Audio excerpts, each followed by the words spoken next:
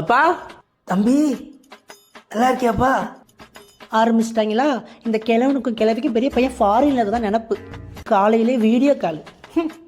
அப்பா இழைச்சி போன மாதிரி இருக்கா? இழைச்சி போயிட்டானா? நான் ஆக்கி போட்டு திரும்ப செனப்பண்ணி மாதிரி பெருத்து போய் கிடக்கு. இழைச்சி போயிட்டானாமா?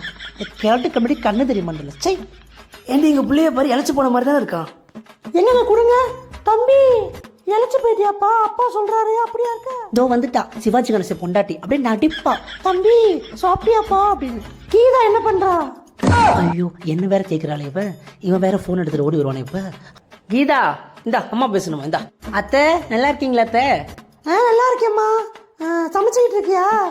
அந்த காய்கறி நறுக்கிட்டு இருக்கேன் சமைக்கிறதுக்கு. அவன் அப்படிதான் சாப்பிடாம இருப்பியான். நீ பார்த்து வேற எனக்கு சாப்பாடு கொடு. மரியாதையா போனை திருப்பிலாம் அசிங்கமா கேட்பேன். சரி சரிம்மா, அவளுக்கு வேலை இருக்கான். நானும் ஆபீஸ் போறேன். கூப்பிடுறேன். சரிம்மா.